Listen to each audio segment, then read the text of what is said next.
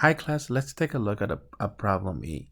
And you have to be a little bit careful with the actual fractions because in this scenario you're multiplying technically the -2 times the fractions.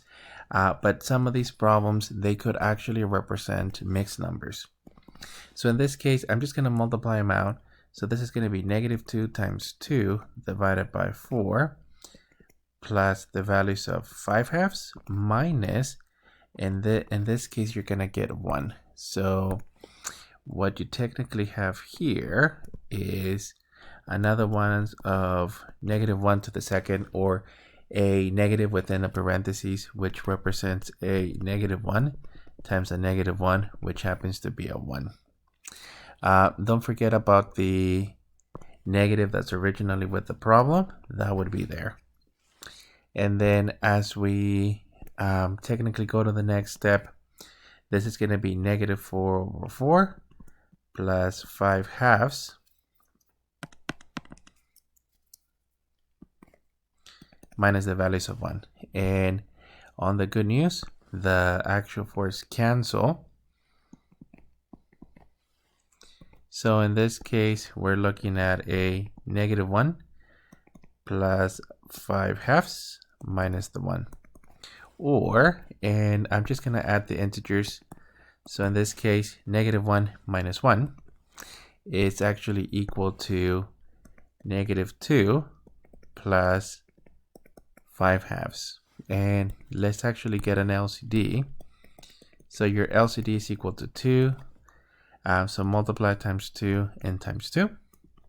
So from this problem, we're looking at this is -4/2 plus 5/2, or -4 plus 5 divided by 2, or technically the values of a half. So we end up with 1/2 for the answer on problem E. And like I said before, careful on the problem because some of these could be mixed numbers. Let's take a look at the next problem where they're actually giving us mixed numbers. And what I'm going to do on this one is I'm going to add parentheses because technically your numbers actually represent the sum of an integer plus a fraction. So when you have A over B and C, if it's a mixed number, this is technically A plus the fraction B over C. Okay, so let me rewrite this one, and I'm just going to leave the extra set of parentheses. So this is 3 plus a half minus 2 plus 1/3.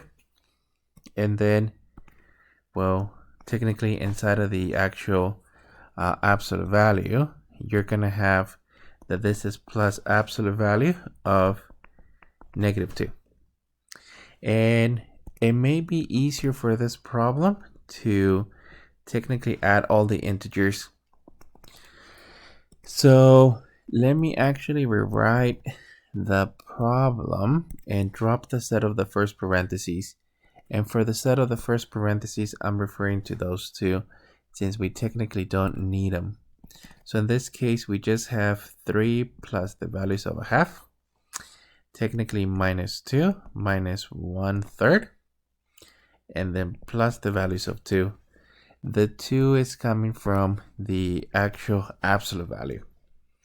So let me combine all the actual integers. In this case, this is 3 minus 2 plus 2. So the 2's cancel. And as we look at our answer for the integers, this is equal to 3 plus the values of a half minus 1/3. So once again, we're looking at an LCD of 6. So I'm going to put over 1 times 6 times 6 times 3 times 3 times 2 times 2. So our fraction is going to be 18/6 plus 3/6 minus 2/6, which is the same as And before we get a total sum, our fraction is equal to 6. So I'm just going to combine them. This is going to be 18 plus the values of 3 minus 2 divided by 6.